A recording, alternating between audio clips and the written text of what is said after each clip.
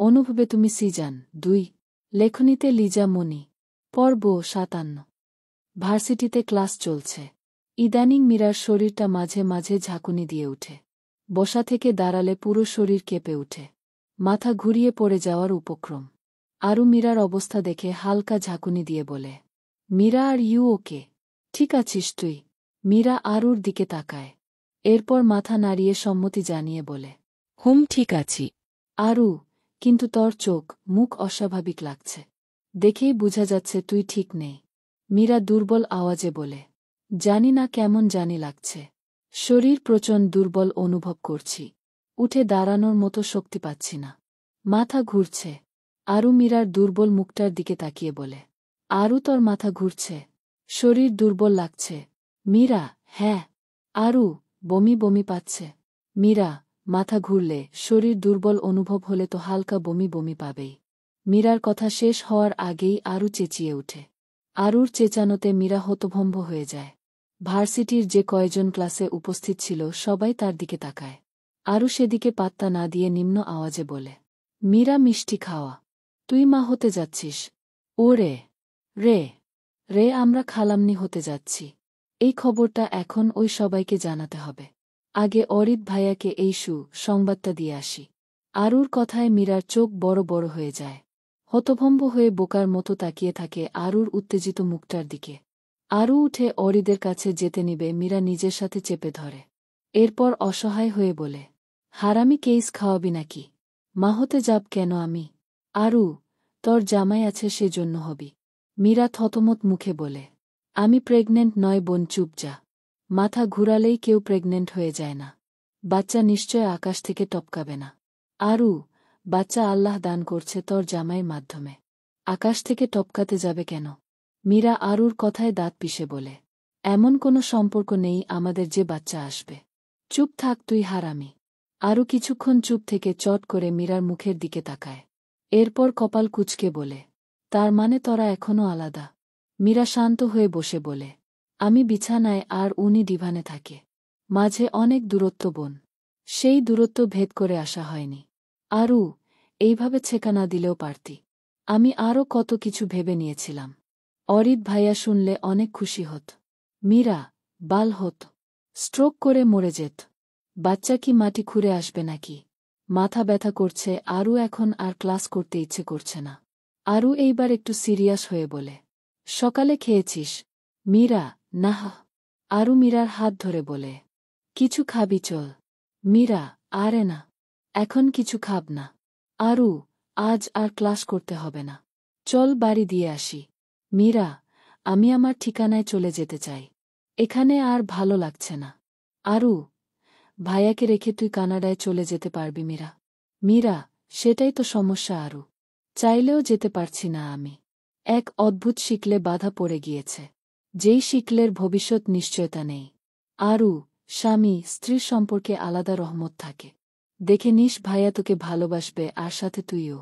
মীরা বিষণ্ণ হাসে। আরু মন খারাপ করে বলে, আমাদের হল্লা পার্টির সবাই বিয়ে করে সংসার করছে। সবাই বিয়ে করে বিদেশে ট্রান্সফার হচ্ছে। কয়েকদিন পর তুইও চলে যাবি।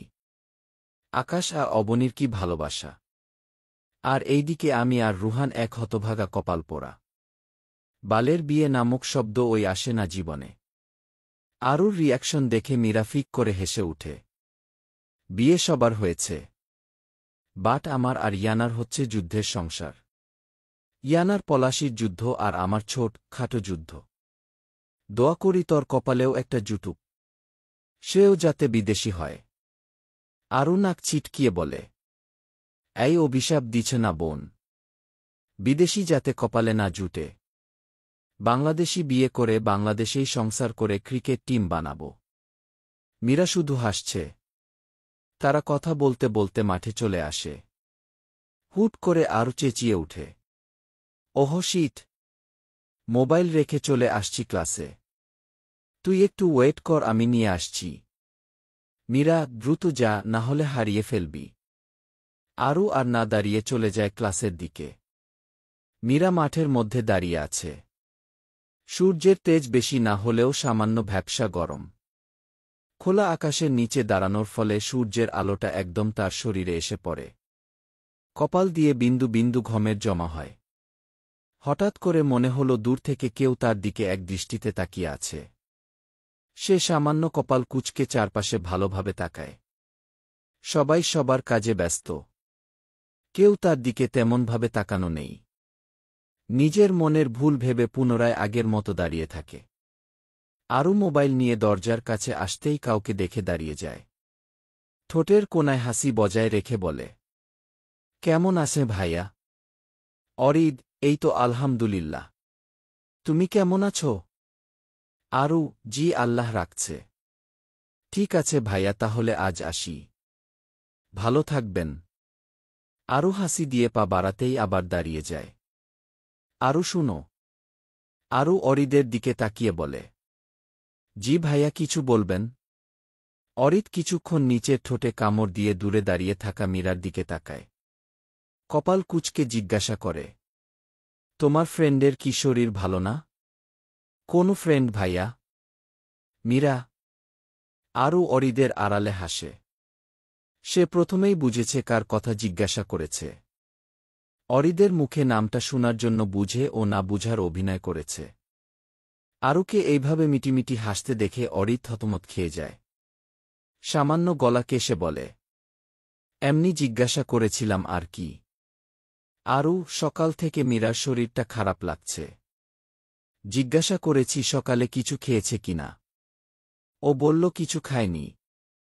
হয়তো দুর্বলতা থেকে মাথা ঘুরছে আর শরীর বারবার কেঁপে উঠছে। আমার তো অন্য কিছু মনে হচ্ছে ভাইয়া। অরিদ চিন্তিত হয়ে বলে, কি? মীরা, হয়তো মীরা প্রেগন্যান্ট। অরিদ আচমকা চেঁচিয়ে ওঠে, হোয়াট? কি সব বলছ? অরিদের চেঁচানোতে আরও শুকনো ধোক গিলে বলে, বুঝেছি ভাইয়া খুশির খবর, তাই এইভাবে রিয়াকশন দিবেন। তবে মীরা এইটা অস্বীকার করে।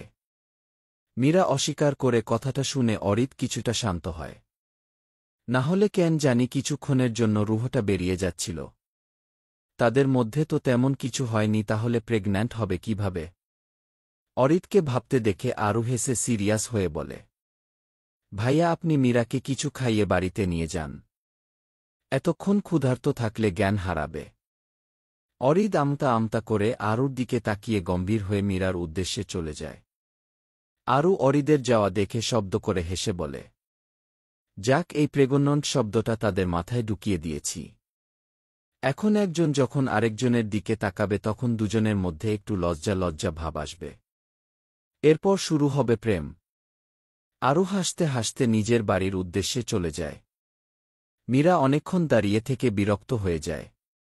মীরাকে আসতে না দেখে পিছন ফিরে তাকাবে তার আগেই কেউ তার হাত ধরে সামনে নিয়ে যেতে থাকে।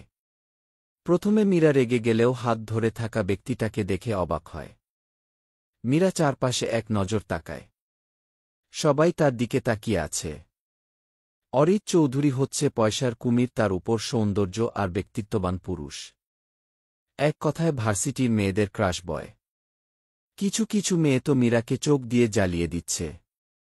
মীরা মহি সুরে বলে, অরিদ, ছাড়ুন আমার হাত। সবাই তাকিয়ে দেখছে। অরিদ, আরে বাহ, আমার নাম ধরে ডাকছ। ভালোবেসে ফেললে নাকি? মীরা, বাজে কথা বন্ধ করুন আর আমার হাত ছাড়ুন। অরিদ মীরার কথায় পাত্তা না দিয়ে একদম ক্যান্টিনের ভিতরে নিয়ে যায়। এরপর একটা ভিআইপি রুমে নিয়ে মীরাকে বসিয়ে দেয়। মীরা কিছুটা বিরক্ত নিয়ে বলে, কি পাগলামো শুরু করেছেন আপনি? আরও আমার জন্য অপেক্ষা করছে। এখানে কেন নিয়ে এসেছেন? অরিদ ক্যান্টিন থেকে কিছু খাবার অর্ডার করে নিয়ে আসে। অরিদ খাবারগুলো এক পাশে রেখে গম্ভীর হয়ে বলে, আরুকে পাঠিয়ে দিয়েছে। সকালে খেয়ে আসোনি কেন? মীরা, ইচ্ছে হয়নি তাই খেয়ে আসিনি। কৈফিয়ত কেন চাচ্ছেন? অরিদ, এতটাও মহান নয় আমি যে তোমার খাওয়া দাওয়া নিয়ে কৈফিয়ত চাইব, দেখা শোনা করব। না খেয়ে কিছু হলে তো আবার তোমার বাবা মা, আমার বাবা মাকে দোষারোপ করবে। আমরা তার মেয়েকে সঠিকভাবে খেতে দেয়নি। এখন খেয়ে নিজেকে একটু শক্তিশালী করো, না হলে পরের বার ঝগড়া করে হেরে যাবে দুর্বলতার জন্য। ঢং করে না খেয়ে এসে এখন আমার পকেট মারার ধান্দা করেছ আর কি? মীরা নিঃশ্বাস ছেড়ে বলে, একবার ও কি আয়নায় দেখেছেন যে কত বড় হিটলার আপনি? খাবার খাওয়াতে এনেছেন নাকি খুঁটা দিতে এসেছেন? অরিদ গম্ভীর হয়ে বসে বলে। খুঁটা কোথায় দেখলে? আমি জাস্ট সত্যিটা বলেছি। অরিদের কথায় মীরা বসা থেকে উঠে দাঁড়ায়। এরপর রাগী আওয়াজে বলে, নিজের খাবার নিজে খান। চিন্তা করবেন না, না খেয়ে মরে গেলেও আমার বাপ আপনার পরিবারকে কিছু বলবে না। কারণ তারা জানে এই বাড়িতে এসে আমি শিখা চৌধুরীর মতো মা পেয়েছি, সাজিদ চৌধুরীর মতো বাবা আর আহিয়ার মতো বোন পেয়েছি। অরিদ হঠাৎ বড় বড় শ্বাস টানে। ফর্সা হাতের রোগগুলো ভেসে উঠে। নিচের দিকে তাকিয়ে মীরার হাতটা শক্ত করে চেপে ধরে পুনরায় বসিয়ে দেয়। অরিদের রেগে যাওয়াটা মীরার বোধগম্য হল না। অরিদ খাবারগুলো মীরার সামনে রেখে বলে, মরার ইচ্ছে হলো আমাকে বলো। আমার হাতের একটা ছুরির আঘাত ওই যথেষ্ট। ছুরিটা পেট বরাবর বসাব আর সাথে সাথে রুহটা আলাদা হয়ে যাবে। না খেয়ে তিলে তিলে মরার চেয়ে আমার ছুরির আঘাতে মরা অনেক ভালো হবে তোমার জন্য। আপায়েত 10 মিনিটের মধ্যে খাবারটা শেষ করবে। অরিদের গম্ভীর প্রতিটি শব্দ চায়ন মীরা ভিতর থেকে কেঁপে উঠে। অরিদের লাল দুটি চোখ দেখে শুকনো ধোক গিলে কাপা হাতে খাবারের বাটিটা নিজের কাছে নেয়। অরিদের ভয়ানক চাহানি মীরা নিজেকে সিটিয়ে নেয়। কেন জানি হুট করে ভয় কাজ করছে। এইসব চাহানি তার ভিতরে ভয় কাজ করে। মনে পড়ে যায় সেই নিকৃষ্ট জনির কথা, যে বারবার তার সম্মান লুটপাট করার প্রয়াস করত। তার বান্ধবীকে কলঙ্কিত করে মেরছে। মীরা ভয়ে কাঁপছে আর চামচ দিয়ে খাবার মুখে তুলছে। মীরাকে অস্বাভাবিক আর ভাবুক দেখে অরিদ শান্ত আওয়াজে বলে, ঠিক আছো তুমি? মীরা, হুম। অরিদ, শুনলাম তুমি নাকি প্রেগন্যান্ট। মীরা সুপ মুখে নিতে যাবে এমন সময় এই কথা শুনে থমকে যায়। লজ্জাকে এক পাশে রেখে অবাক হয়ে বলে, এমন বোল্ড মার্কা কথা কে বলেছে আপনাকে? আরু। অরিদ, যদি বলি হ্যাঁ, সে যাই হোক খুশির খবরে মিষ্টি খাওয়াবে না। মীরা নাক মুখ কুচকে অরিদের দিকে তাকায়। কত বড় অসভ্য হলে এইটা নিয়ে ফাজলামো করে। আরুর বাচ্চা, তোকে আমি একবার সামনে পায়। মীরা অরিদের দিকে না তাকিয়েই বলি, বাড়িতে গিয়েই সবাইকে মিষ্টি খাওয়াতাম। কিন্তু তার আগেই আরু আপনাকে জানিয়ে দিল। বাই দ্য ওয়ে আপনি তো সম্পর্কে বাচ্চার মামা হবেন। অরিদ আচমকা মীরার দিকে তাকায়। হুয়াট? মীরা ভাবলেশীনভাবে বলে, হ্যাঁ। অরিদ, বাবাকে তাহলে? মীরা কোনো কিছু না ভেবেই হুট করে বলে, জাওয়াত ভাই। কথা শেষ হওয়ার সাথে সাথে এক বিকট শব্দে মীরা কেঁপে ওঠে। তার সামনে রাখা সমস্ত খাবার মেঝেতে পড়ে আছে। যেহেতু এইটা একটা রুম তাই কেউ নেই সাথে। তার উপর দরজা লাগানো ভিতর থেকে। মীরা মেঝের থেকে চোখ সরিয়ে অরিদের দিকে তাকায়। অরিদ রাগে দাঁত কিরমিরিয়ে আচমকে মীরার চিবুক চেপে ধরে বলে, জাওয়াত, জাওয়াত, জাওয়াত। কে এই জাওয়াত? কে হয় সে? কেন বারবার তার কথা উচ্চারিত হয়? তার বাচ্চা তর পেটে তাই না? কার বু তুই? আমার বু হয়ে সেই কু তার বাচ্চা সন্তান তর পেটে কথাটা উচ্চারণ করলে কোনো সাহসে? অরিদের প্রতিটি ধমকে মীরা কেঁপে উঠছে। গালে ব্যথায় টনটন করছে। মনে হচ্ছে অরিদের আঙ্গুলগুলো চামড়া ভেদ করে ঢুকে পড়বে। জাওয়াত কে? সত্যিকার অর্থে জাওয়াত নামের কেউ তো নেই। সে তো এমনি এই নামটা উচ্চারণ করে। কিন্তু এইভাবে রিয়েক্ট কেন করল উনি? উনি তো আমাকে বু হিসেবে মানে না। আর আজ উনি আমাকে নিজের বু বলল। মীরা ব্যথায় ছটফটিয়ে উঠে। অরিদের চোখ মুখ লাল হয়ে আছে। মীরা অরিদের হাতটা ছাড়িয়ে নিতে নিতে বলে, ছাড়ুন, ব্যথা পাচ্ছি। অরিদ চোখ বন্ধ করে লম্বা শ্বাস টেনে মীরাকে ছেড়ে দেয়। গাল থেকে হাত সরাতেই মীরা যেন নিজের জীবন ফিরে পায়। কিন্তু এক অপ্রত্যাশিত আর নির্যাতিত থাবায় সে হতভম্ব হয়ে যায়। অরিদ তার 2 ঠোঁট শক্তভাবে চেপে ধরেছে। একের পর এক দাঁত দিয়ে কামড়িয়ে যাচ্ছে। যেন ঠোঁটের উপর কোনো প্রতিশোধ নিচ্ছে নিখুঁতভাবে। মীরা পর পর এমন ভয়ঙ্কর রূপে আশ্চর্য হচ্ছে। এ তো অগ্নি চৌধুরীর টপ্পি। মীরা ব্যথায় শব্দ করে উঠে। তার হাত অরিদ নিজের 2 হাত দিয়ে বিছানার সাথে চেপে ধরে রেখেছে। শরীর নাড়ানোর মতো শক্তি নেই।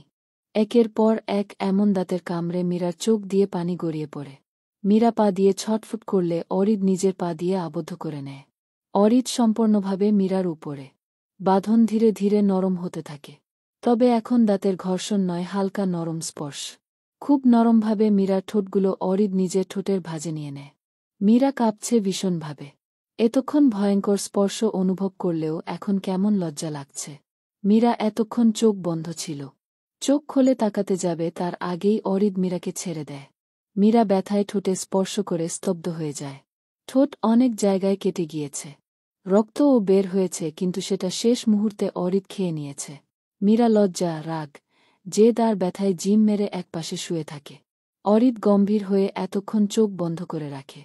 হুশ আসলে নিজের করা কর্মকাণ্ডে চোখ বড় বড় করে ফেলে। কিছুক্ষণ আগে ঘটে যাওয়া কাহিনী মুহূর্তে মনে পড়তেই মাথায় হাত।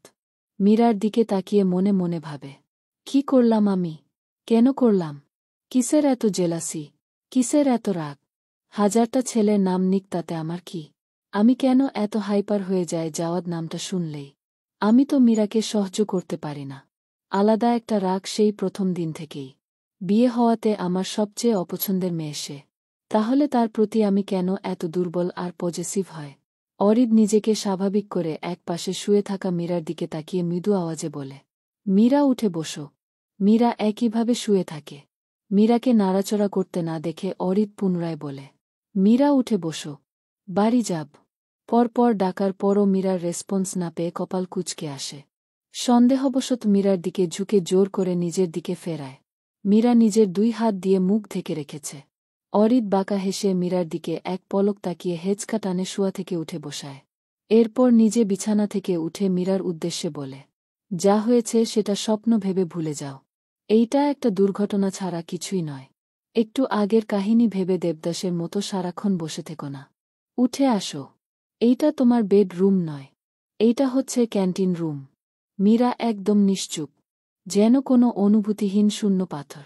অরিদকে অনুসরণ করে মুখ অর্ধেক ঢেকে সামনে এগিয়ে যায়। অরিদ ক্যান্টিনের একজন লোককে ডেকে বলে, ভিতরকার মেঝেটা ভালোভাবে পরিষ্কার করে নিও। লোকটা, জি স্যার। অরিদ আর কিছু না বলে সোজা চলে যায় গাড়ির কাছে। এরপর গাড়িতে উঠে ড্রাইভিং সিটে বসলে মীরাও এসে পাশে বসে। মীরাকে মুখ ঢেকে রাখতে দেখে অরিদ কপাল কুঁচকে প্রশ্ন করে, এইভাবে মুখে ঢেকে রেখেছ কেন? মীরা কটমট চোখে অরিদের দিকে তাকিয়ে বলেন, আমার ঠোঁট এক খ্যাপা বাঘের থাবায় পড়ে ভার্জিনিটি হারিয়ে রক্তাক্ত হয়েছে। এখন তার বিধ্বস্ত অবস্থা যদি লোক সমাজ দেখে তাহলে হাসাহাসি করবে। আপাতত আপনি চুপ থাকুন আর আমাকেও থাকতে দিন। মীরার যুক্তি শুনে অরিদ চুপ হয়ে যায়। মীরা সিটে হেলান দিয়ে চোখ খিচে রেখেছে। ভালোবাসার পরশ নাকি এটা হিংস্রতা ছিল? আরও ইচ্ছে করে বাড়িতে না গিয়ে ফুচকার দোকানের পাশে গিয়ে ফুচকা খেয়ে আসে। অনেক দিন ধরে ঝাল ফুচকা খাওয়া হয়নি। তাই খাওয়া শেষ করে ইচ্ছে করে রিক্সা না নিয়ে হেঁটে হেঁটে বাড়ির উদ্দেশ্যে রওনা হয়। ব্যস্ত রাস্তায় একটা আইসক্রিমে কামড় দিচ্ছিল আর আনমনে হাঁটছিল। হুট করে সামনে কারোর আগমনে দুপা পিছিয়ে যায়। কিছুটা রাগ দেখিয়ে সামনে তাকাতেই কপাল কুঁচকে আসে। তার সামনে দাঁড়িয়ে আছে সেই ছেলেটা যাকে সেদিনে ক্যাম্পাসে সে জুতা দিয়ে পিটিয়ে হসপিটালে পাঠিয়েছিল। তার সামনে বিচ্ছিরি এক হাসি দিয়ে তাকিয়ে আছে। মীরা নিজ পায়ের দিকে এক পলক তাকিয়ে বলে, আমার জুতার বাড়ি খেয়ে তৃপ্তি মিটেনি সেদিন। আজ তো আমি হিল পরে আসিনি যে তৃপ্তি মিটিয়ে দিব। সামনে থেকে সর বাল। খাম্বার মতো খারাসের হাসি দিয়ে দাঁড়িয়ে আছিস। মীরা কথা শেষ হওয়ার সাথে সাথে আরও 2 জন এসে ছেলেটার সাথে যুক্ত হয়। মীরা কিছুটা ভয় পেলেও শক্ত গলায় বলে, কি সমস্যা তোমার? এইভাবে রাস্তা আটকিয়েছ কেন? তাও আবার মাঝ রাস্তায়। পথ ছাড়ো, না হলে চেঁচিয়ে গনপিটুনি খাওয়াব। ছেলেটা বিচ্ছিরি হাসি দিয়ে বলে, চেঁচিয়ে লোক জড়ো করবে? তবে কর। কেউ নেই এখন। এইটা নির্জন রাস্তা। এই রাস্তা দিয়ে বড় লোকেরা বেশি যাতায়াত করে। এখানে বর্তমানে কেউ নেই। সেদিন খুব সাহস দেখিয়েছিলি, আজ দেখো কত সাহস দেখাতে পারিস। এই তোরা এইটাকে ধরে গাড়িতে তোল। আজ এই মা সব তেজ বের করব। আরু আচমকা পিছিয়ে যায়। ভয়ে নিজেকে গুটিয়ে নেয়। লোক 2টা আরুর দিকে বিচ্ছিরি হাসি দিয়ে এগিয়ে আসছে। আর আরু 1 পা 2 পা করে পিছিয়ে যাচ্ছে। ভয়ে তার হাত পা বরফের মতো ঠান্ডা হয়ে আসছে। সুযোগ বুঝে ভো এক দৌড় দেয়। 3টা ছেলেই হতভম্ব হয়ে তাকিয়ে থাকে আরুর দিকে। তারা ভেবেছিল ভয়ে তাদের কাছে ক্ষমা চাইবে। এরপর তারা ভয় দেখিয়ে ছেড়ে দিবে। একজন লোক, কিরে মেয়েটা তো পালিয়ে গেল। থাক, আর দূরে এনার্জি নষ্ট করতে পারব না। অন্যদিন সুযোগ প্রতিশোধ নিব। কি প্রতিশোধ নিবি? আমাকে যেভাবে জুতাপিটা করেছে আমি ও ঠিক সেইভাবে জুতাপিটা করব। আমি আরও ভেবেছিলাম সম্মান নষ্ট করবি। ফাঁসিতে ঝুলার ইচ্ছে নেই। আরও এখনও সমান তালে দৌড়ে যাচ্ছে। পিছন দিকে তাকানোর সাহস নেই তার কাছে। দৌড়াতে গিয়ে অনেকবার পড়ে ও গিয়েছে। কিন্তু তার উদ্দেশ্য একটাই, যে কোনো মূল্যে পালাতে হবে তাদের হাত থেকে। দৌড়াতে দৌড়াতে আচমকা একটা গাড়ির সাথে হালকা ধাক্কা খায়। তবে ধাক্কা লাগার আগেই গাড়িটা থামিয়ে দেওয়া হয়। আরও ধাক্কা খেয়ে ক্লান্ত হয়ে এক পাশে বসে পড়ে। সামান্য ব্যথা পেয়েছে পেটে। গাড়িতে বসে থাকা ব্যক্তিটা আরুর দিকে তীক্ষ্ণ নজরে তাকিয়ে থেকে আরুর সামনে গিয়ে দাঁড়ায়। এরপর গম্ভীর হয়ে বলে, আজকাল এত সুন্দরী পাগলিও রাস্তায় দেখা যায়। অদ্ভুত। পরিচিত কণ্ঠ আর পাগলি সম্বোধন পেয়ে আরু চোখ তোলে সেদিকে তাকায়। সামনে রেশপুকে দেখতে পেয়ে তেতে উঠে বলে, পাগলি কাকে বললেন আপনি? আমাকে দেখে কি পাগলি মনে হয়? রেশবু, রাস্তায় পাগলের মতো এইভাবে দৌড়ালে লোকে পাগল বলবে, এটাই স্বাভাবিক। আরু বিরক্তি নিয়ে বলে, ডায়াবেটিস 24-এ চলে গিয়েছিল। ডাক্তার বলেছে আর একটু বেড়ে গেলে মরে যাব। তাই দৌড়ে ডায়াবেটিস কমানোর কাজ করছি। আরুর কথা শুনে রেশব থতমত খেয়ে যায়। এই মেয়ের আসলেই স্ক্রু ঢিলা। হঠাৎ আরুর হাতে রক্ত দেখে অধৈর্য হয়ে বলে, তোমার হাতে রক্ত ঝরছে কেন? ব্যথা পেয়েছ কোথাও? রেশবের কথা শুনে আরু নিজের হাতের দিকে তাকিয়ে কান্না করে উঠে। রেশব হতভম্ব হয়ে বলে, আরে কাঁদছ কেন? আরু, দেখতে পাচ্ছেন না ব্যথা পেয়েছি। রেশব গম্ভীর হাসি দিয়ে বলে, এতক্ষণ তোমার ব্যথা লাগেনি। আমি যখন দেখিয়েছি তখন থেকেই ব্যথা লাগতে শুরু করেছে। আরে হও বাহ। আরু নিজের কান্না থামিয়ে বলে, আরে আপনি এত কথা বলছেন কেন? আঘাতপ্রাপ্ত বিপদে পড়া মেয়েকে সাহায্য না করে মজা নিচ্ছেন। যাই হোক, সামনে থেকে সরুন। লোকগুলো মেবি চলে গিয়েছে। রেশব কপাল কুঁচকে বলে, কিসের লোক? আরু, ওই দিন যাকে জুতা পিটা করেছিলাম সে এসেছিল প্রতিশোধ নিতে। উপায় না পেয়ে দৌড় দিয়েছিলাম। শালারা মেবি আসেনি পিছনে। না হলে এতক্ষণে চলে আসত। আরুর মুখে গালি শুনে রেশব চোখ বড় বড় করে তাকায়। তপ্ত শ্বাস ছেড়ে বলে, ডেঞ্জারাস মেয়ে। আজ জুতা পিটা করনি কেন? আরু, মাথা খারাপ আপনার? আমি একা মেয়ে আর ওরা 3 জন ছিল। একা একটা মেয়ে লড়াই করা সম্ভব নাকি? তবে এদের মেইন পয়েন্টে ঘুষি দিলেই শক্তি শেষ হয়ে যেত। বুদ্ধিটা আগে মাথায় আসেনি। আরুর এমন অদ্ভুত কথায় রেশব কেসে উঠে। মেয়েরা এমন শক্ত হয়? রেশবু, থাক, আর অকাজ করতে হবে না তোমাকে। যদি চাও ফার্স্ট-এড করতে পারো। আমার গাড়িতে ফার্স্ট-এড বক্স আছে।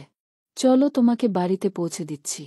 আরু, না থাক, আমি বাড়িতে গিয়ে করে নিব। ধন্যবাদ, আপনি আসতে পারেন। রেশবু, তোমাকে একা পেয়ে তারা আবার আসতে পারে। হয়তো তোমার সাথে আমাকে দেখে দূরে কোথাও লুকিয়ে আছে। আরু চোখ তোলে তাকায় রেশবের দিকে। আরু রাস্তার দিকে তাকিয়ে শুকনো ধোক গিয়ে ভয়ে ভয়ে রেশবের কথা মতো গাড়িতে গিয়ে উঠে। একটু পর মাগরিবের আজান দিবে। অগ্নি দুপুরে বাড়িতে চলে এসেছিল। কিন্তু আসার পর থেকে ইয়ানার সাথে কথা বলেনি।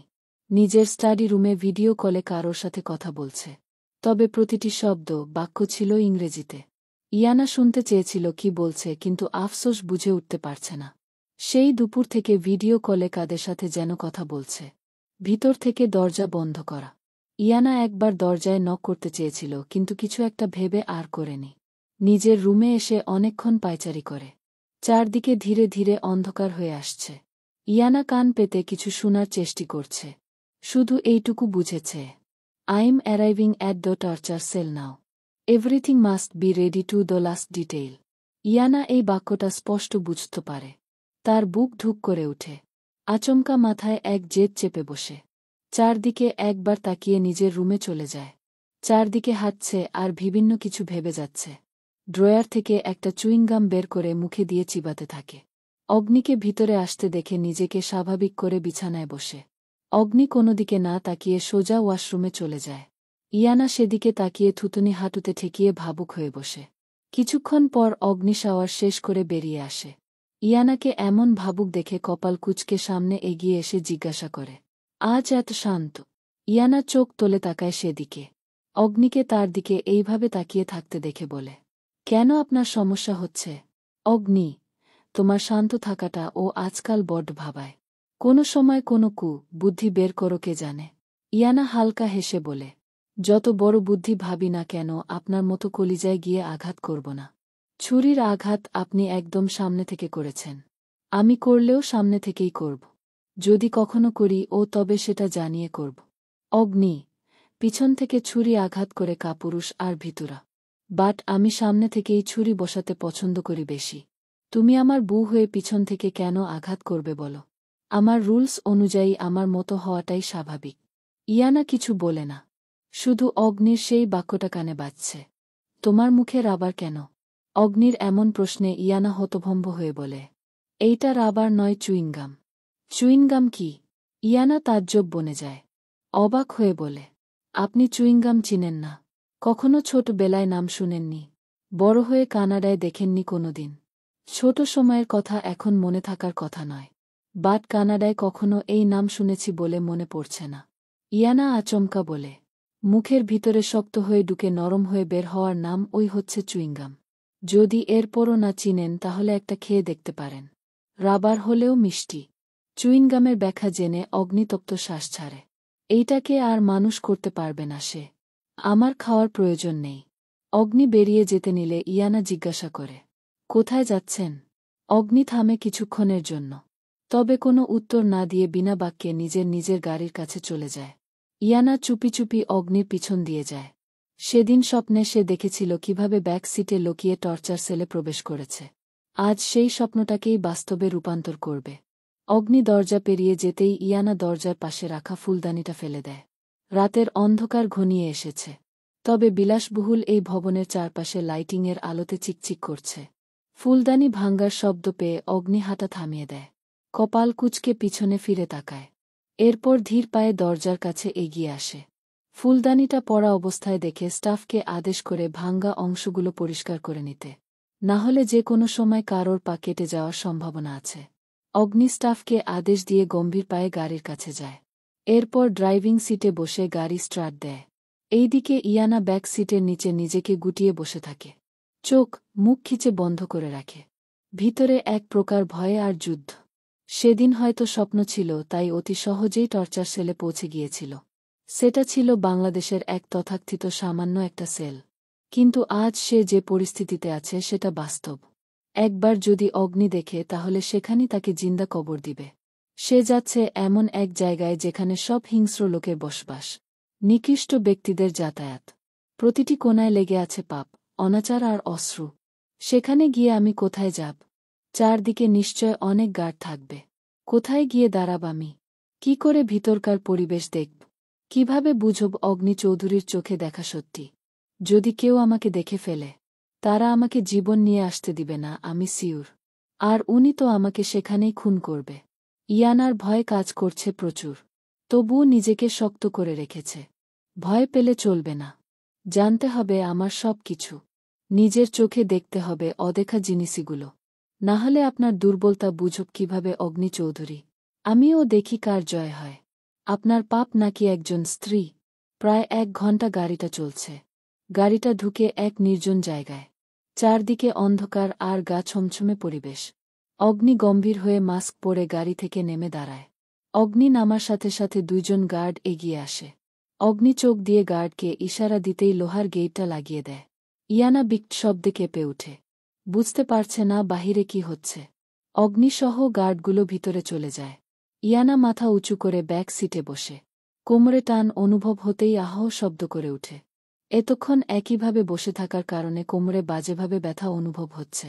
ইয়ানা দাঁতে দাঁত চেপে সহ্য করে উঠে বসে। চারদিকের পরিবেশ দেখে আতকে উঠে। বাহিরের লোহার গেটটা লাগিয়ে দেওয়া হয়েছে। একবার যেহেতু ঢুকে পড়েছে, পালানোর আর রাস্তা নেই।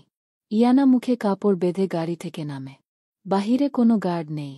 সে তো ভেবেছিল অসংখ্য গার্ড থাকবে। হয়তো লোহার গেটটা রক্ষাকবচ হিসেবে কাজ করে। ইয়ানা মুখে কাপড় বেঁধে পা টিপে টিপে প্রবেশ করতে থাকে। টর্চার সেলের বাহিরে দেখলে মনে হচ্ছে কোনো বিলাসবহুল বিশাল বাড়ি। সে খোলা দরজাটার কাছে এসে কাউকে দেখে আচমকা পিছিয়ে যায়। চলবে? অনুভবে তুমি সিজন 2। লেখনীতে লিজামনি। পর্ব 58। ইয়ানা মুখে কাপড় বেঁধে পা টিপে টিপে প্রবেশ করতে থাকে। টর্চার সেলের বাহিরে দেখলে মনে হচ্ছে কোনো বিলাসবহুল বিশাল বাড়ি। সে খোলা দরজাটার কাছে এসে কাউকে দেখে আচমকা পিছিয়ে যায়। 2 জন লোক দরজার দিকে এগিয়ে আসছে। ইয়ানা দরজার আড়ালে লুকিয়ে পড়ে। বুক ধুক ধুক করছে। আতঙ্কে হাত পা কাঁপছে। লোক 2টা চলে যেতেই ইয়ানা হালকা স্বস্তির নিঃশ্বাস ফেলে বুকে থুথু দেয়। নিবিড় অন্ধকার যেন কুয়াশার মতো পেঁচিয়ে ধরেছে গোটা পরিবেশকে।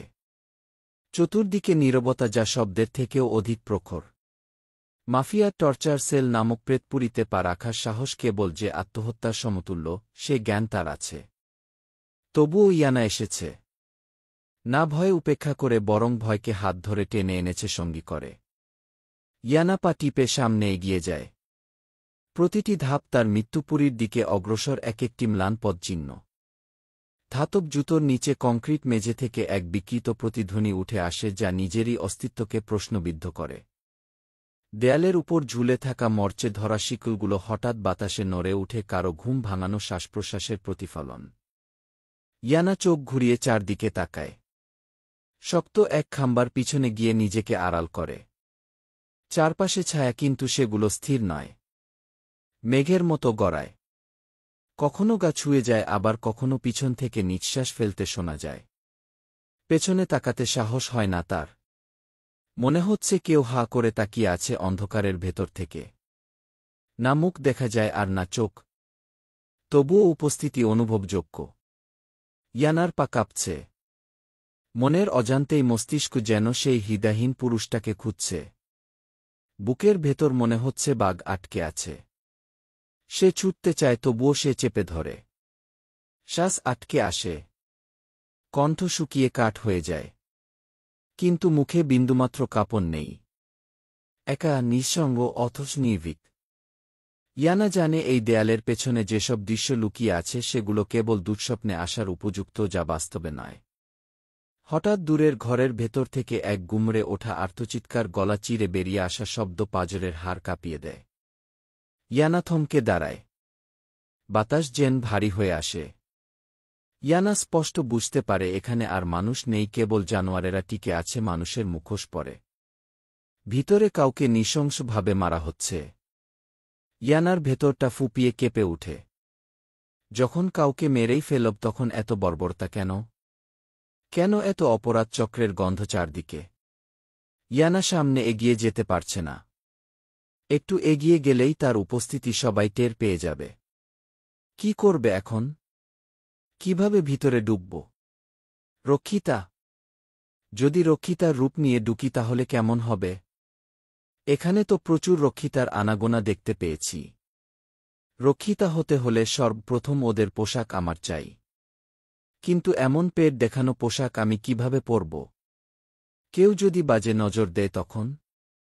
ইয়ানা নিজের মাথার কাপড়টা আরও ভালোভাবে চেপে ধরে। সুযোগ বুঝে এক খাম্বা থেকে সবচেয়ে বড় খাম্বার আড়ালে চলে যায়। এখান থেকে প্রতিটা কক্ষের দরজা স্পষ্ট বোঝা যাচ্ছে। একটা মেয়েকে ওয়াইনের ট্রে নিয়ে আসতে দেখে অবাক হয়ে যায়। মেয়েটার বয়স কত হবে? 18 অথবা 20 বছর। এত ছোট একটা মেয়ে এতগুলো জানোয়ারদের মধ্যে থাকছে। মেয়েটা খাম্বা পেরিয়ে যেতে নিবে এমন সময় ইয়ানা নিজের শরীরের উড়নাটা খুলে মেয়েটার মুখ পেঁচিয়ে ধরে। মেয়েটা ছটফট করে উঠে চিৎকার দেওয়ার জন্য। ইয়ানা সুযোগ বুঝে মেয়েটাকে নিজের কাছে নিয়ে আসে, চোখে চোখ রাখে। মেয়েটা ভয়ে কাঁপছে। ইয়ানা নরম সুরে বলে, এত কম বয়সে এখানে কি করছ? মেয়েটা শব্দ করছে শুধু। ইয়ানা গম্ভীর নিঃশ্বাস ছেড়ে বলে, জানি তুমি একজন রক্ষিতা। আর তোমাকে কিনে আনা হয়েছে। যাই হোক, আমি অগ্নি চৌধুরী স্ত্রী। উনার স্ত্রী হিসেবে আমি কিছু চাই না। শুধু চাই তোমার এই জামাটা আমাকে দাও। ট্রাস্ট, আমি কারোর কোনো রকম ক্ষতি করব না। বয়সের দিক দিয়ে আমার ছোট হবে। আমাকে বড় বোন ভেবে শুধু এইটুকু সাহায্য করো। ইয়ানা মেয়েটার চোখের দিকে তাকায়। মেয়েটার চোখে এক অবিশ্বাসের প্রলেপ। মেয়েটা ইয়ানাকে অ্যাটাক করতে যায়। ইয়ানা মেয়েটার হাত ধরে নিঃশ্বাস ছেড়ে বলে, তোমাদের মন কষ্টে পাথরে গড়ে উঠেছে। কারোর মায়া, আবেগ, চোখের পানি তোমাদের হৃদয়কে জাগাতে পারে না। কিন্তু বিশ্বাস করো, আমি শুধু টর্চার সেলটা দেখতে চাই।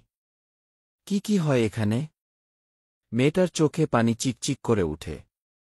ইয়ানা অবাক হয় প্রচুর। মনে হচ্ছে মেয়েটা কিছু বলতে চাইছে। কথা দাও, চেঁচাবে না। মেয়েটা ইয়ানার হাতের উপর হাত রেখে আশ্বস্ত করে। ইয়ানা নির্ভয়ে বাঁধন খুলে দেয়। মেয়েটা ছাড়া পেয়ে ইয়ানার দিকে তাকিয়ে হেসে বলে, কথা দিয়ে কথা রাখা আমাদের রক্তে বা পেশায় নেই। ইচ্ছে হলে এখন ওই চেঁচিয়ে সবাইকে দেখিয়ে দিতে পারি। কিন্তু সেটা করব না। এখন অমানুষ হলেও আগে মানুষ ওই ছিলাম। কিন্তু তুই এইখানে আসলি কিভাবে? এ তো সিকিউরিটি ক্যামেরা লোহার গেট সব উপেক্ষা করে ভিতরে ঢুকলি কিভাবে? যদি কেউ তোকে দেখে জানিস কি হবে তোর? পুরাই পাচার হবি, না হলে মৃত্যুর দরজায় যাবি। ইয়ানা কৃত্রিম হেসে বলে, এসেছি অনেক কষ্টে। সেটা না হয় থাক, আগে তোমার একটা জামা দিবে আমাকে। সামান্য ছদ্মবেশ ধরে ভেতরে ঢুকতে চাই। নিশ্চয় ওয়াইন নিয়ে যাচ্ছিলে ভিতরে। আমাকে এটা দাও, আমি নিয়ে যাচ্ছি। মেয়েটা ইয়ানার দিকে তাকিয়ে কপাল কুঁচকে বলে, পাগল হয়েছিস তুই? একবার ছলনায় ধরা পড়লে গলা জবাই দিবে। তুই মরলে মর, আমাকে টানিস না। তোর ভাগ্য ভালো আমি এইটা। আমার জায়গায় অন্য রক্ষিতা থাকলে এতক্ষণে তোর স্থান হতো সেই জাহান্নামরূপী অন্ধকূঠরিতে। ইয়ানা, ভয় কেন পাচ্ছ? সব জানার আগেই আমার কাজ শেষ হয়ে যাবে। তোমরা তো মুখ ঢেকেই সবার সামনে যাও, তাহলে সমস্যা কোথায়? কেউ চিনবে না। আর সবচেয়ে বড় পরিচয়, আমি মিসেস অগ্নি চৌধুরী। মেয়েটা চোখ বড় বড় করে বলে, ভুলভালো কথা বলছিস কেন? বস মেয়েদের সহ্য করতে পারে না। আর উনার বউ তোর মতো কোমল কেন হতে যাবে? এই স্বর মিথ্যে নাটক করছিস। ইয়ানার তাচ্ছিল্য হাসি। মিথ্যে নয়, সত্যি বলছি। কে বলেছে আমি কোমল? কোমল হলে কি অগ্নি চৌধুরীর বউ হতাম? কোমল হলে কি কেউকে নির্দয়ভাবে খুন করে বাবা মায়ের মৃত্যুর প্রতিশোধ নিতে পারতাম? কোমল হলে কি অগ্নি চৌধুরীকে বারবার প্রশ্নবিদ্ধ করতে পারতাম? কোমল হলে কি এমন এক ধ্বংসাত্মক জায়গায় দাঁড়িয়ে থাকতাম? বলো। কোমলমতি ইয়ানা সেদিন ওই মরে গিয়েছিল যেদিন নিজের স্বামীর ভয়ঙ্কর রূপ জেনেছিল। ভিতরের কোমলতা আর বিশ্বাস তো সেদিন ওই মরে গিয়েছিল যাকে আমি জীবনের চেয়ে বেশি ভালোবাসতাম। যাকে সবচেয়ে ভরসা আর বিশ্বাস করতাম, সে বারবার আমার কলিজাকে বিক্ষত করে রক্তাক্ত করেছে। মেয়েটি ফোর্স লাভ? ইয়ানা মুচকি হেসে বলে, একদম না। ভালোবাসি, জীবনের চেয়ে ও বেশি ভালোবাসি। ভালোবাসি বলেই তো এত যুদ্ধ। মেয়েটা অবাক হয় ইয়ানার কথায়। কেন জানি সাহায্য করার জন্য ভিতরটা জেগে উঠে। মেয়েটি, এত ভালোবাসার মধ্যেও ঘৃণা করিস? আমি তোকে একটা জামা দিচ্ছি। তবে মনে রাখিস খুব দ্রুত এখানে চলে আসবি। আমি তোর জন্য অপেক্ষা করব। ইয়ানা আবেগে মেয়েটিকে জড়িয়ে ধরে বলেন, ঘৃণা আমার সাময়িক দৃষ্টিমাত্র। সাহায্যের জন্য ধন্যবাদ বোন। মেয়েটি ইয়ানাকে নিয়ে নিজের রুমে চলে যায়। যেহেতু এই দিকটা রক্ষিতাদের যাতায়াত, তাই গার্ড নেই। তবুও ভয়ে ইয়ানার ভিতরে ধুক ধুক করছে। মেয়েটা ইয়ানাকে নিজেদের স্টাইলে শাড়ি পরিয়ে দেয়। ইয়ানা নিজেকে দেখে বলে, প্লিজ পেটটা আবৃত করে দাও। এমনভাবে আমি চলতে পারি না। মেয়েটা, আমরা এইভাবেই চলি। পেট বের করা না থাকলে সর্দাররা রাগ করে। যখন তুই মদ নিয়ে ওইখানে যাবি তখন বিভিন্ন ঢং করতে হবে। ওরা যা ইচ্ছে তাই করতে পারে। ইয়ানা ভাঙ্গা গলায় বলে, মানে? মেয়েটা এই ধরে একটু ছুঁয়ে দিল অথবা চুমু খেল, এইটাই। ইয়ানা দুপা পিছিয়ে যায়। কি বলছে এইসব? ইয়ানা, ওইখানে কি অগ্নি চৌধুরী আছেন? মেয়েটি, হয়ত। ইয়ানা শুকনো ঢোক গিলে ওয়াইনের ট্রেটা হাতে নিয়ে নেয়। মেয়েটি, গিয়ে বলবি আমি কি ভিতরে আসব? যদি ওদের মন খারাপ দেখিস তাহলে চুপচাপ থাকবি। ইয়ানা সম্মতি জানিয়ে মাথায় বড় ঘোমটা টেনে নেয়। গুটি সুটি পায়ে এগিয়ে যায়। প্রথমে যায় একটা বিশাল কক্ষের সামনে, যেখানে অসংখ্য গার্ড রয়েছে। উপরে লেখা মৃত্যুপুরী, এর পাশে অন্ধকার কুঠরি। ভেতর থেকে ভেসে আসছে গুনগুন আর গঙ্গানির শব্দ। ইয়ানার প্রতিটি কোষ কেঁপে উঠছে। রক্তহীন শীতল হয়ে যেন জমে যাওয়ার উপক্রম। ইয়ানার চোখ দিয়ে বিষাদে পানি গড়িয়ে পড়ে। মস্তিষ্ক খুঁজছে সেই রুম যেখানে বাচ্চা আর মেয়েগুলোকে রাখা হয়। ইয়ানা হাঁটছে আর প্রতিটি কক্ষ পরখ করছে। সিঁড়ির কাছে যেতেই মেয়েদের গলার আওয়াজ পেয়ে স্তব্ধ হয়ে যায়। দরজায় উকি দিতেই গার্ড কর্কশ গলায় ধমকে ওঠে, এখানে কি করছ? যাও নিজের কাজে। ইয়ানা শান্ত হয়ে সরে যায়, কিন্তু যাওয়ার আগে এক পলক তাকায় ভিতরের দিকে। শুধু কিছু পা দেখতে পেয়েছে, আর কিছু নয়। ইয়ানার ঘৃণায় গা গুলিয়ে ওঠে। ইচ্ছে করছে প্রতিটি মানুষকে কুপিয়ে হত্যা করতে। ইয়ানা কাপা পায়ে সে জায়গায় যায় যেখানে লোকদের দেহ ছিন্ন বিচ্ছন্ন করা হয়। রুমের প্রতিটা জায়গা দেখে চোখ বন্ধ করে নেয়। কি জঘন্য আর বিশ্রী পরিবেশ।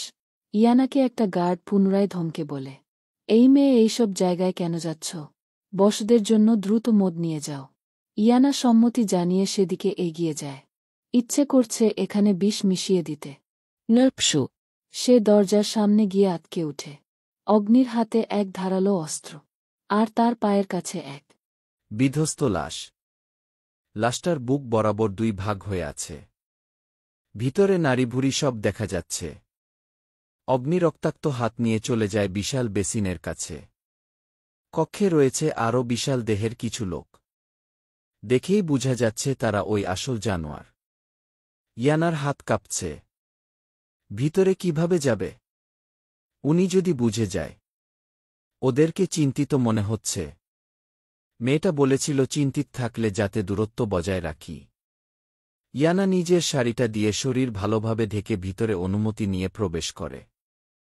ঘোমটার আড়ালে পুরোটা রুম পর্যবেক্ষণ করে। এইটাই তাহলে মেইন টর্চারখানা। ইয়ানা কাপা হাতে ওয়াইনের গ্লাসগুলো এগিয়ে দেয়। লোকগুলোর ঝাঝালো সুর। এত দেরি কেন হয়েছে আসতে? ইয়ানা একটুর জন্য কেঁপে উঠে। ওয়াইনের গ্লাস এগিয়ে দিতে গেলেই কোমর থেকে বারবার শাড়ির কিছু অংশ সরে যাচ্ছে। হাঁপিয়ে উঠছে এমন পরিস্থিতিতে। যে কাজের জন্য এসেছে সেটা তো পূরণ হল, ওই না উল্টো জানোয়ারগুলোকে ভোজন পরিবেশন করছি। অসহ্য। অগ্নি গম্ভীর হয়ে চেয়ারে বসে তির্যক চোখে ইয়ানার দিকে তাকায়। সাথে সাথে চোখ বন্ধ করে নিঃশ্বাস টানে।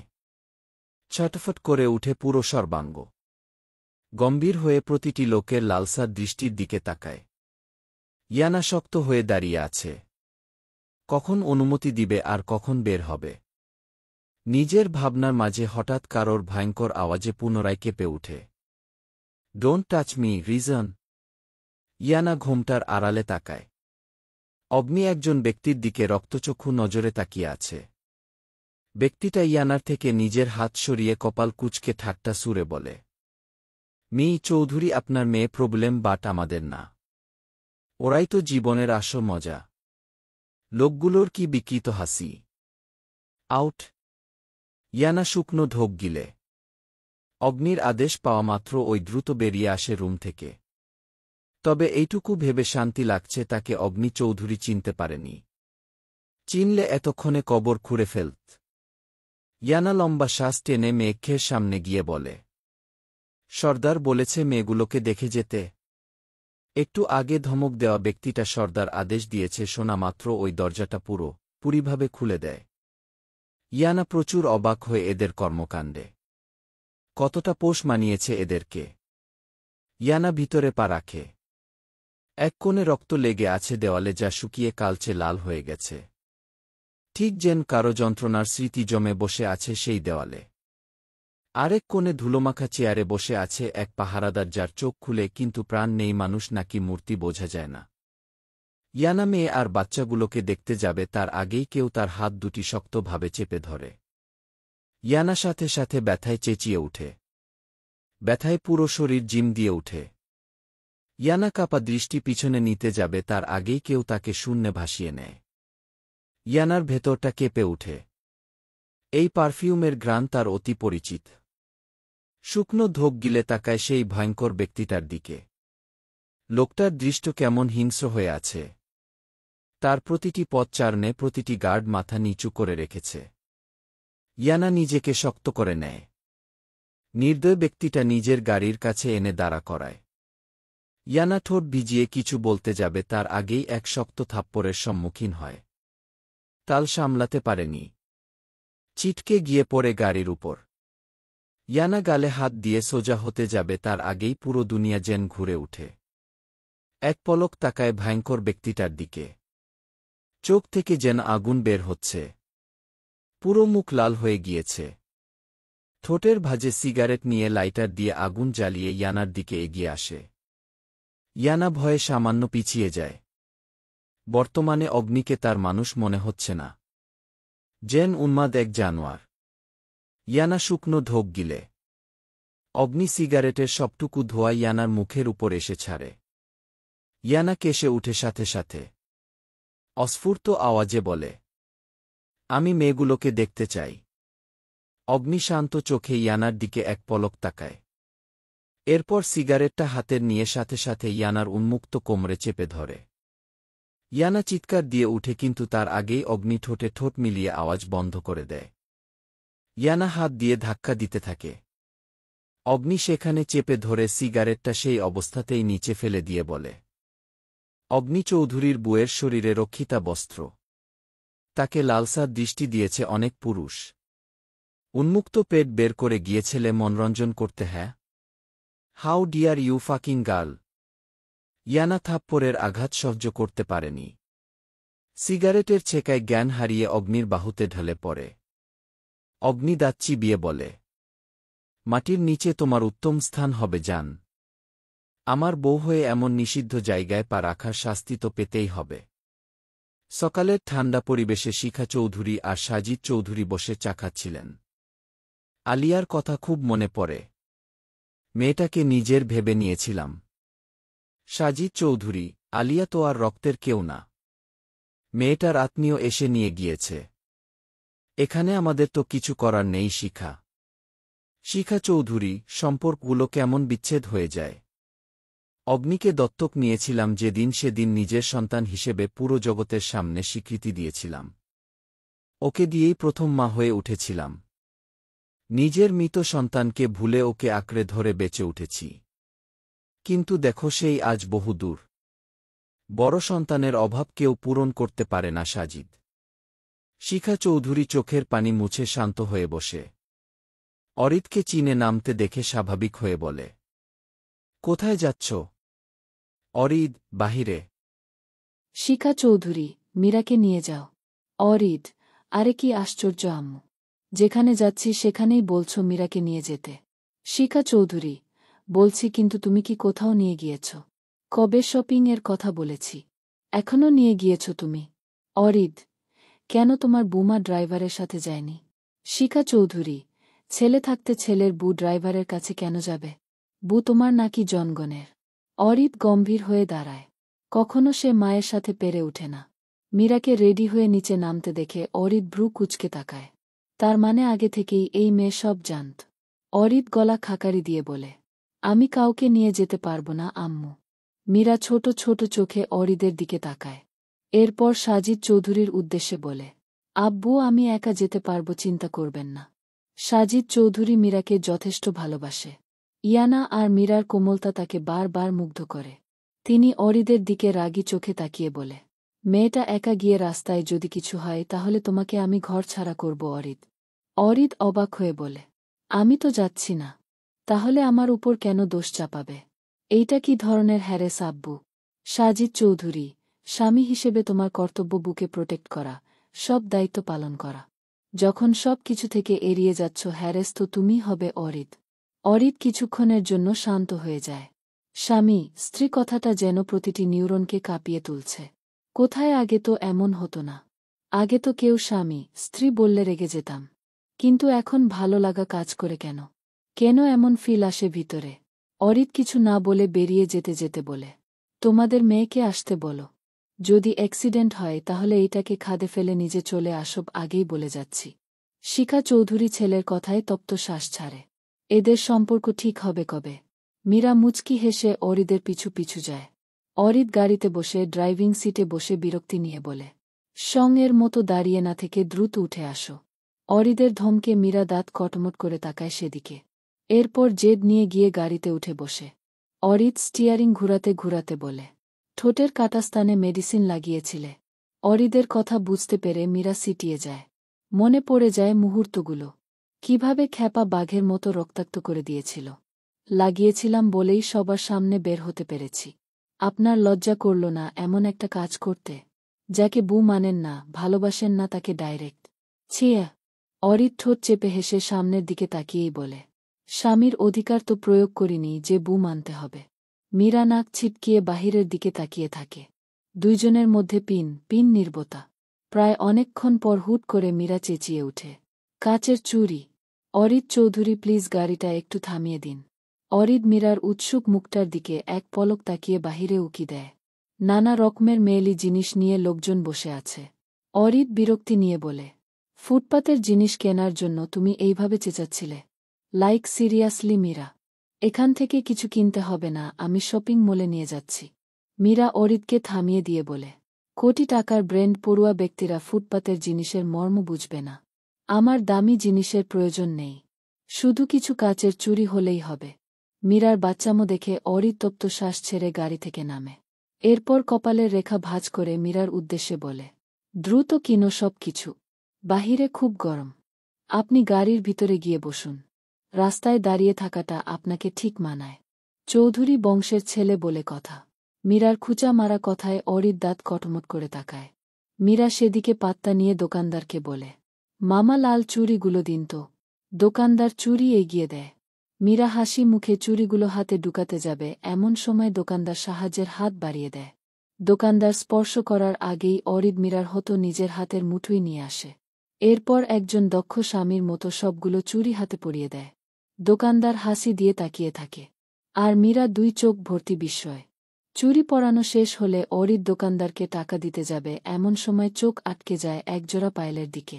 মীরার দিকে এক পলক তাকিয়ে নিজের মনের সাথে এক প্রকার যুদ্ধ করে দোকানদারকে বলে, মামা এই পায়েল জোড়াগুলো দিন তো। কার জন্য কিনছেন? অরিদ মীরার প্রশ্নে সামান্য হাসে।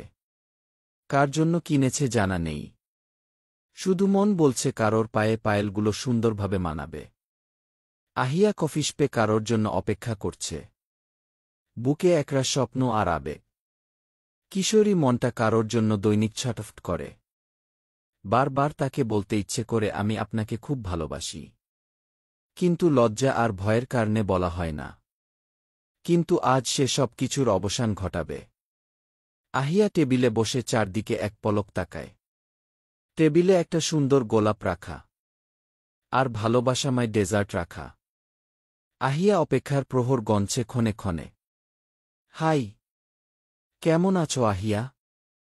হুট করে এখানে ডাকার কারণ? যার অপেক্ষায় বসেছিল তার কণ্ঠ পেয়ে আহিয়া জমে যায়।